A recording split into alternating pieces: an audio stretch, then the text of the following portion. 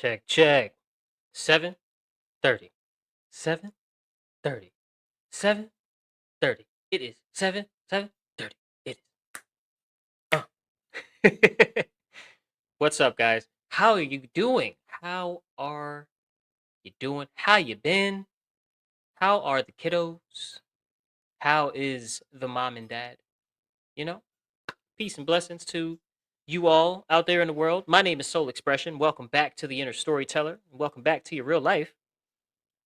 Um, my mic stand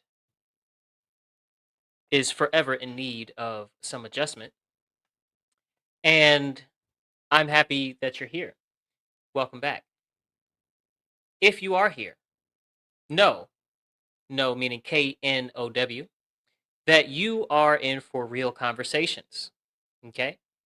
About natural law, about religion, money, anarchy, culture, the good, the bad, and the ugly, and the great, and how mankind is manipulated by forces that do not have our best interests at heart because, they're completely evil. And we're not bashing faith systems here. We're not religious, but we're not calling people stupid for having a religion. We are simply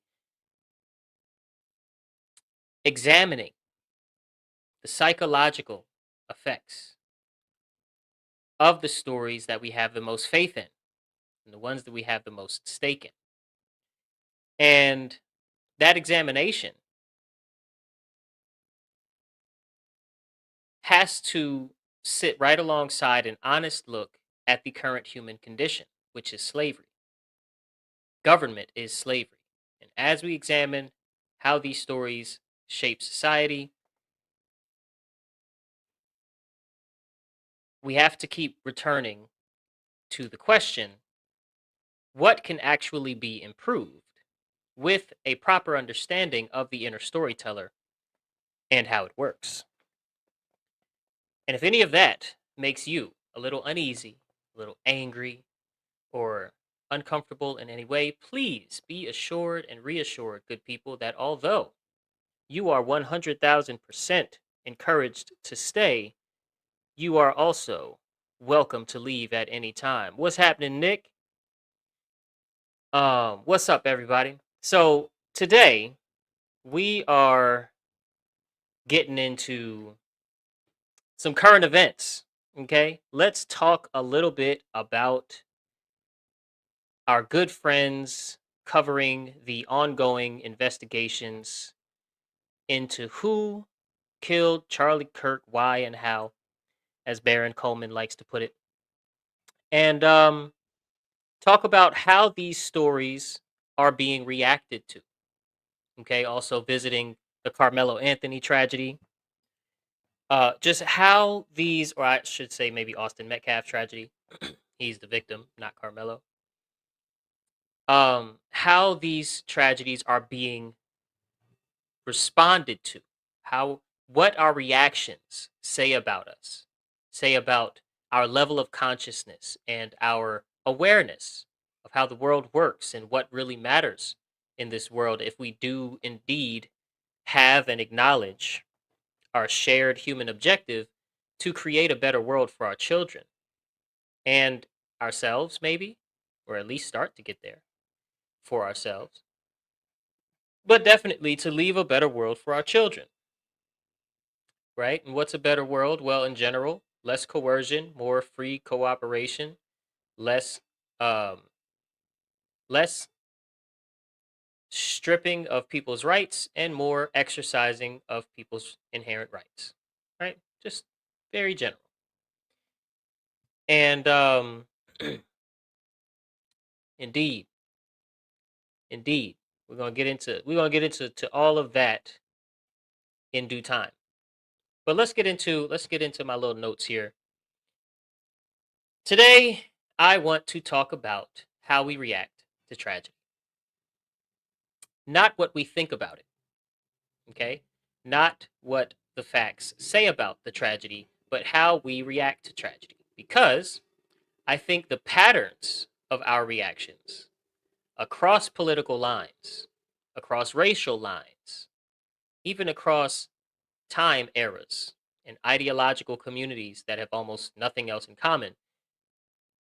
These patterns reveal something about the inner storyteller that is almost never observable in any other human behavior. And I want to use two recent examples as case studies. Okay. Not to tell you what to believe as far as what happened. I'm not going to do that today. You will see I'm obviously on team Candace as far as like general team, but I'm not going to tell you what to believe happened on the days of these tragedies. We are going to examine how the public reacted, and we're going to share some thoughts about that, right? So, not to tell you what happened, not to tell you who's right, but to show you the mechanism running underneath both reactions. And let's look at the mechanism before the facts, shall we? Here's what the inner storyteller does when a tragedy arrives on the news. It doesn't wait for the full picture, right? It can't. The mind does not work like that, and that's fine. The sorting function that we've went over in probably 7 or 8 episodes now. I'm just going to have to start asking people to go back and watch the earlier episodes. The sorting function of the mind of the inner storyteller operates at a speed that precedes conscious evaluation, meaning you may feel a bit of a thought ball arrive, but you're not able to consciously process individual thoughts within that thought ball when you get a conclusion to what a tragedy means or what something big happens and you just have this immediate reaction to it. That doesn't come and you like actually observe all of your thoughts. You just instantly know what you know and think what you think about it, right? By the time you become aware of your reaction, whether it's outrage, grief, suspicion, defensiveness, a combination of all of those, the filing has already happened. The incoming information has already been matched against the existing story in the drawer and sorted accordingly in the mind. Which means what most people call a reaction to what happened is actually a reaction to what their inner storyteller had categorized within the story of the tragedy. Okay? How we have been conditioned to see a tragedy has a greater impact than the facts of said tragedy on how we react to it. And here's the part worth sitting with before we get into the specific cases. That pre existing story is not always 100% wrong. Stay with me. I know I'm getting big brain, but I'm getting ready to get into the two cases and it'll all make sense. That pre-existing story, that conditioning in our inner storyteller is not always wrong. We do have something called intuition for a reason.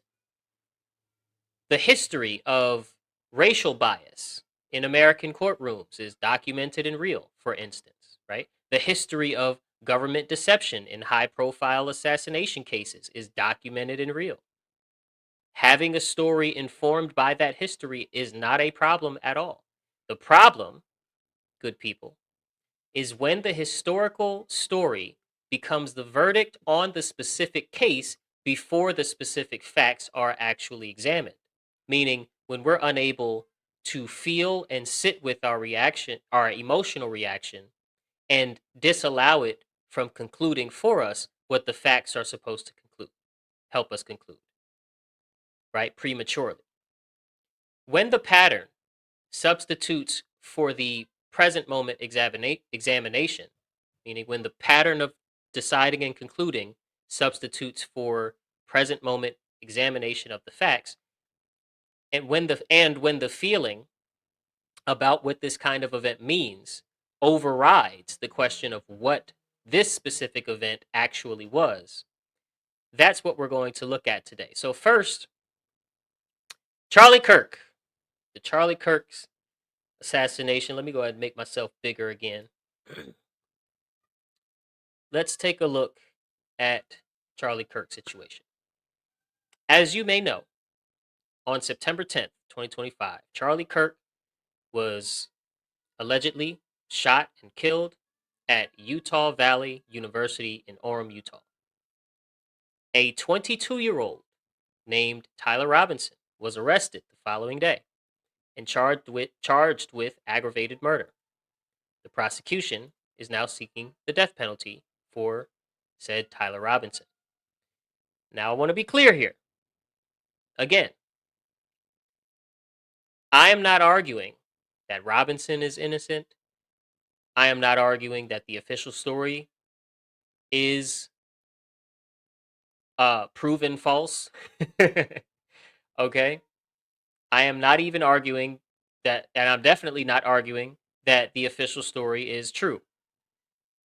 The case is still in pretrial, right? The jury hasn't heard the evidence. Now, of course, I don't believe in these things, but this is what you're supposed to say when you're saying, like, look, I don't have the power or the keys to the evidence room to be able to make a determination on hard facts from my podcast to you. Okay? What I'm doing is observing our reaction in the public.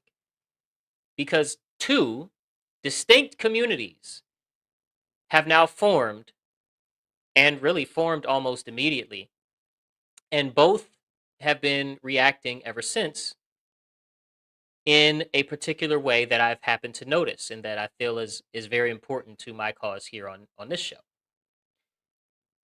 Now, they've been reacting not primarily to the facts as they are developing, but how the story makes them feel about what they already believe. The first community accepts the official narrative and reacted from that being, you know, filed as because it's official, it's what I have to accept for now. Charlie Kirk was supposedly in the head of these people.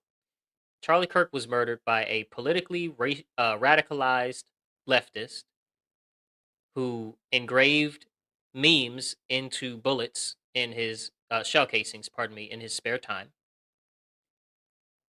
And this is what political violence from that side tends to look like. The reaction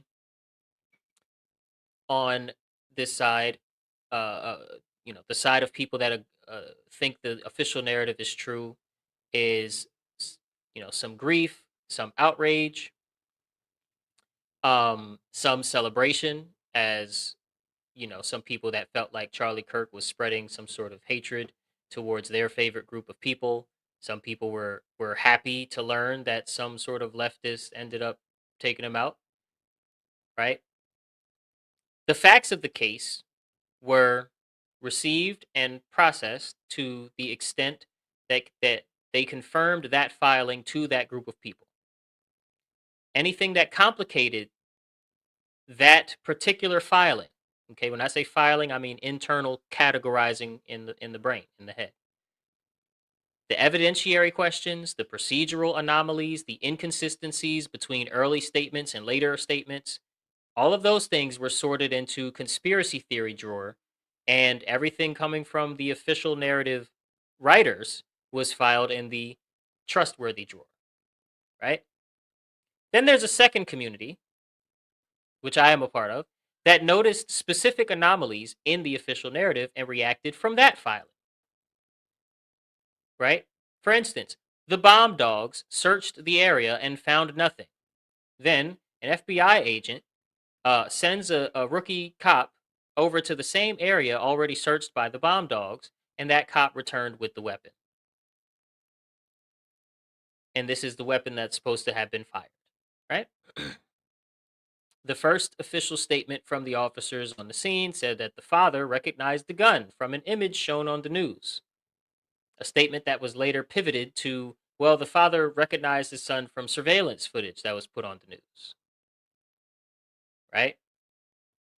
Of course, the bullet analysis for the entire thing came back inconclusive.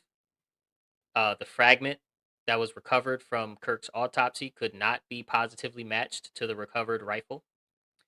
And their surveillance video of Robinson turning himself in at the sheriff's office doesn't exist or was deleted somehow within the 30-day retention period.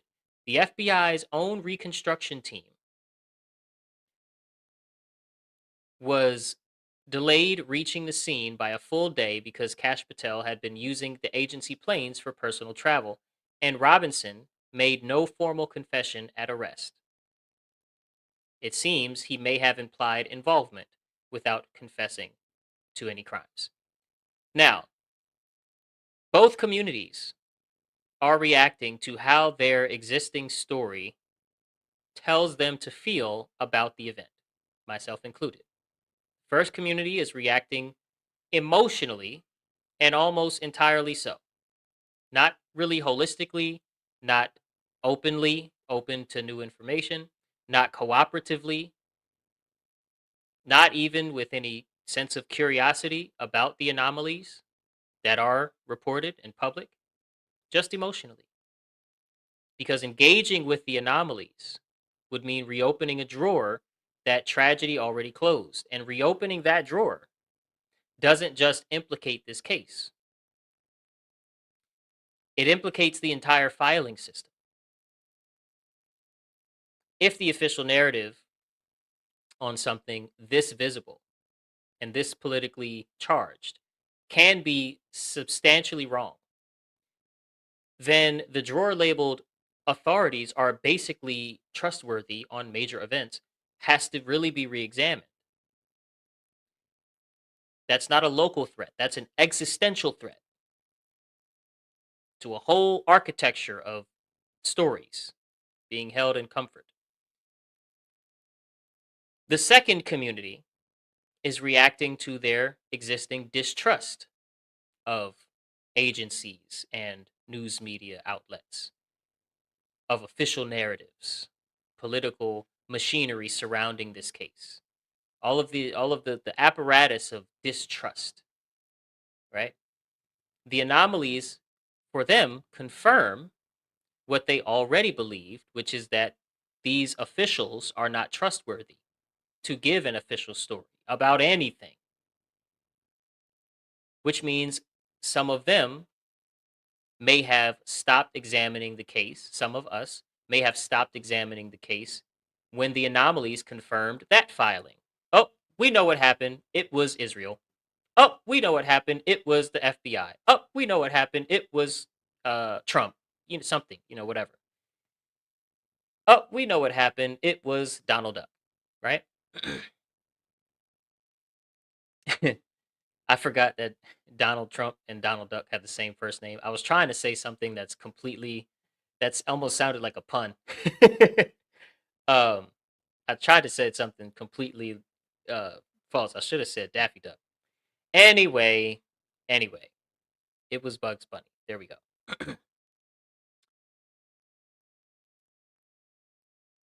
Here's what's happened, right? Because remember, uh, Candace Owens did an interview with Mitch Snow. Mitch Snow from the whole Fort Huachuca saga of this thing a few months back. Candace Owens announced she was going to interview a man named Mitch Snow about a meeting he says he witnessed at Fort Huachuca on September 8th. And the meeting was supposedly ending early morning of September 9th, and it had a whole bunch of top brass military in said meeting with a Brian Harpole alleged. Right, that's who he says he saw leaving the meeting with top brass, and he recognized Brian Harpole from his Sean Ryan interview or from all of the news coverage on the story itself. I can't remember, but I think it was the Sean Ryan interview. He recognized Brian Harper. It was like, oh my god, that guy that I saw, and he wanted to talk to Candace Owens. Candace, you know, this meeting of Candace and Mitch Snow was set to happen on a podcast. Okay, like mine, a podcast. Somebody talking into a microphone. it's in so that it goes to a platform that people can pause and turn off and go to another video at any given time with no restrictions, right? Going to a platform nobody is compelled to watch.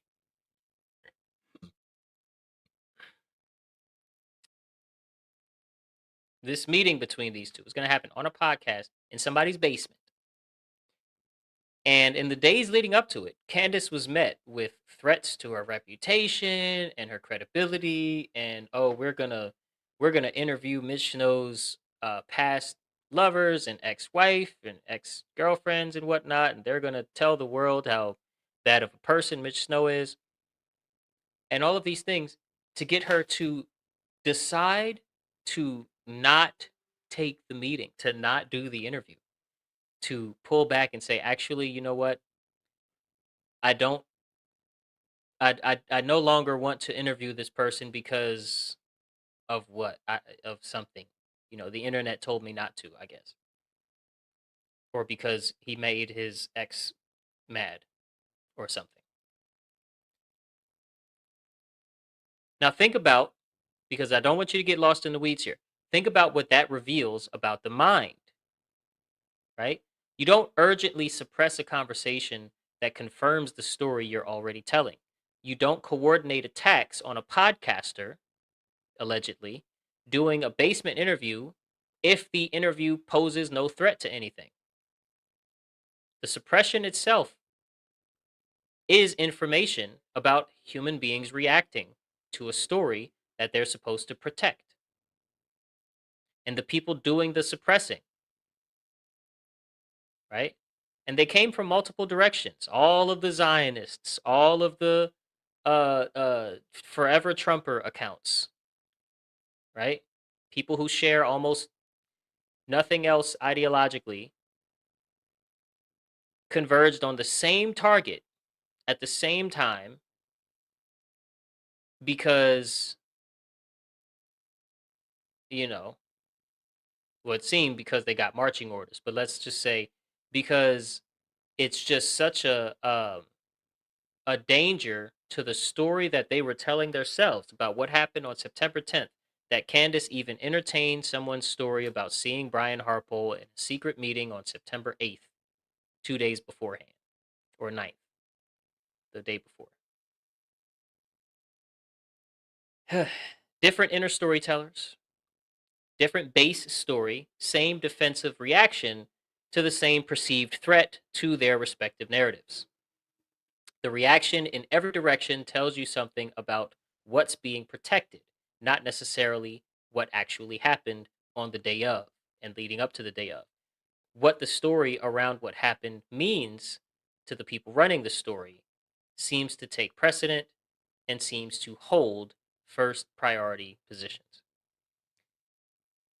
Now let's look at the Carmelo Anthony case. Let me pull my little picture back up. Who's texting me? Who is texting me, good people? Y'all let me know in the chat, in the comments, who is texting me right now. Oh. Oh, nice. Okay. Boom. Shakalaka. Now let's look at Carmelo Anthony case because it shows the exact same mechanism running through a completely different set of communities with a completely different set of conditioned drawers for the sorting function of the inner storyteller to do its work. So, first we have Carmelo Anthony, a black teenager, high schooler, and he stabbed and killed Austin Metcalf, a white teenager, at a track meet in Texas, April last year, 2025. Two kids, two kids that threw away their life. One um, committed murder and threw away his life via jail, and one lost his life, by being murdered by the other. One facing a long prison sentence. Two families completely destroyed, especially Austin's, who won't get to visit him wherever he goes, right? A genuine human tragedy that deserves to be looked at honestly on its own terms. And you remember we talked about in my video called Black America is Cooked. Black America's reaction. I shouldn't say Black America's reaction. A lot of Black America's internet reaction to both the tragedy itself and the verdict when he was sentenced, when Carmelo Anthony was sentenced. One community organized their response around racial history, right? You got a black boy in a Texas courtroom, got a white victim.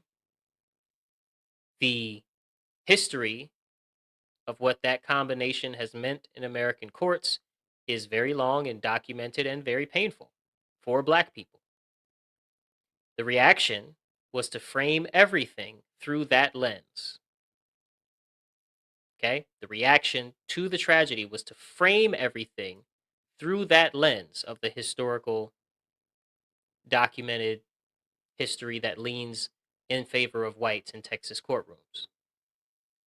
Now, facts about what actually happened between those two specific people at that specific event became relevant only to the extent to this group of people that they supported the conclusion that Carmelo was either being treated unjustly because of his race by the court system or should be forgiven for what he did in the eyes of the law. Other than that, the facts about the case, the facts that complicate that conclusion about the specific nature of the altercation, the level of whether or not the level of force was proportionate, all of those facts were either minimized or ignored by this first community of people. The second community organized their response around a different story, which is a black kid killed a white kid, and the conversation immediately became about race, which it always does, obviously, when it goes in this direction, but never does when it goes the other direction to a certain degree, meaning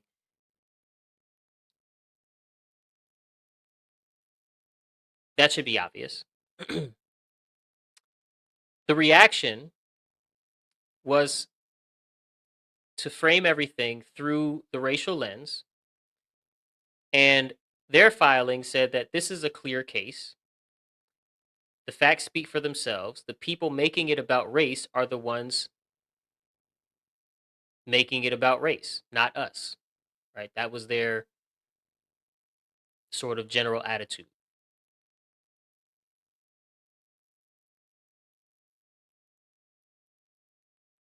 Basically, the reaction of this second community was that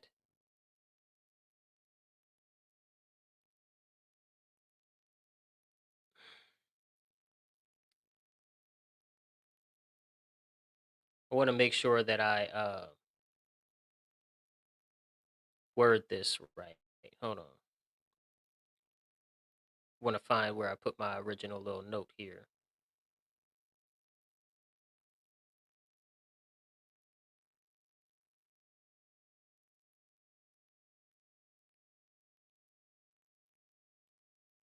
That's what it was.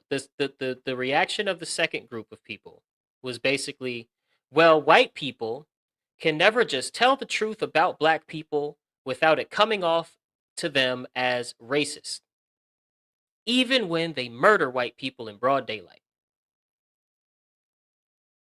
Neither community of people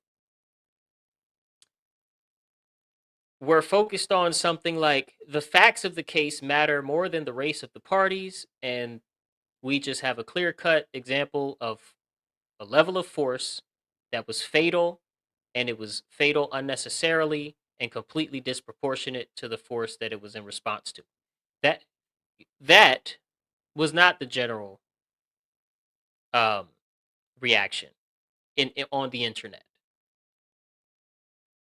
right? What both communities missed by reacting from those racially charged stories is that a young man is dead. another young man's life effectively over in its current form, regardless of what the sentence ends up being. And whatever happened between them in that moment, the full human reality of that moment, the specific moral weight of the acts, whether the force was used was proportionate to the threat, whether that was being actually sought as a legal consequence matches what the actual moral situation requires, that question barely got asked because both communities were too busy running their pre existing story about race. The race story is real. It's not that it's fake, it's that it's not the center point. And it's so far from the center point that when it comes up as if it is the center point, then it's worth talking about it on podcasts like mine. and saying it shouldn't be the center point. Okay? But we know the pattern of black defendants being treated more harshly in American courts is real. We don't dispute that. Um they tried to say that he had an all white jury or something like that too, and that's completely false. But um, we're not dismissing the real history in any way, right? And none of that actually tells you what happened between those two kids. Basically, it's faster to just go with the feeling than it is to slow down, examine the truth, and align your reaction with truth through conscious effort. And here's what I want to close with. On the surface, the two stories look like they belong to completely different conversations, one about political violence and the other um, about like race and the justice system. But the mechanism is identical. In both cases, the reaction organized itself around pre existing stories before the specific facts were actually examined. In both cases, the facts became material for defending the reaction rather than inputs that shaped the reaction. Let me say that again. In both cases, the facts became material for defending the reaction rather than inputs that shaped the reaction. In both cases, the people most emotionally invested in their sorting function filing were the least likely to examine the anomalies that make the initial story or their personally concocted story untrue. In both cases, the tragedy became a vehicle for rehearsing a story that existed long before the event occurred, rather than a means to learn about how the world works and to live in accordance with our shared human objectives. And in both cases, what got lost in the reaction was the specific human reality sitting at the center of the event. Charlie Kirk is gone, right? Austin Metcalf is gone. These are real human beings. These are real families. There is real grief and real consequence involved. The question worth asking, the one that requires actual examination rather than just emotional filing, is not which side is right about these events. Excuse me, about what these events mean for the story that they're already running in their head, right? It's whether the level of force, evidence, and process and the consequences in each case are proportionate to the specific moral reality of what actually happened. And that's the question that those that are only emotionally invested can never really answer. That question can only be asked by someone who is willing to set down the pre existing story enough to look at the unique real time situation in the now. Truth is, we react to the way we think we should feel about a story. not to what the elements of that story are, not to what elements of that story are coherent with the facts, not to what examination of those facts would reveal, but to how the story makes us feel about what we already believed before the story arrived.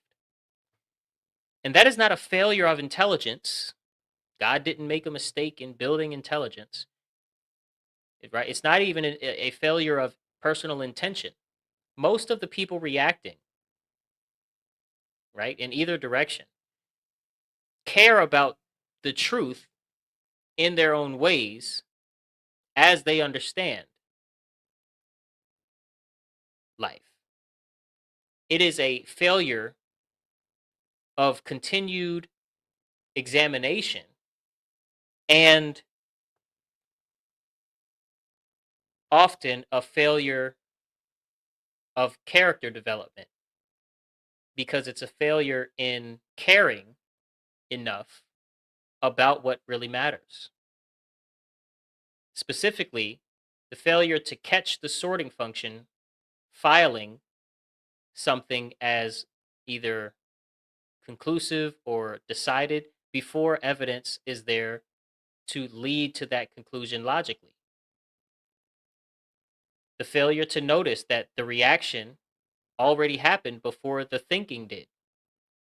The failure to ask, am I reacting to what is actually here? Or am I reacting to what my inner storyteller already had marked on the drawer? It's the filing drawer, you know. The what does this mean answer.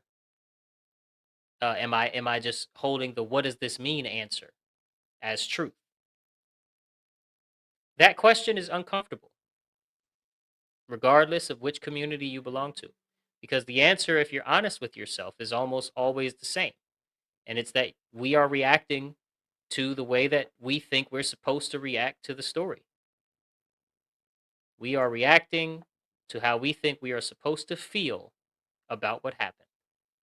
And we are not reacting necessarily to the truth.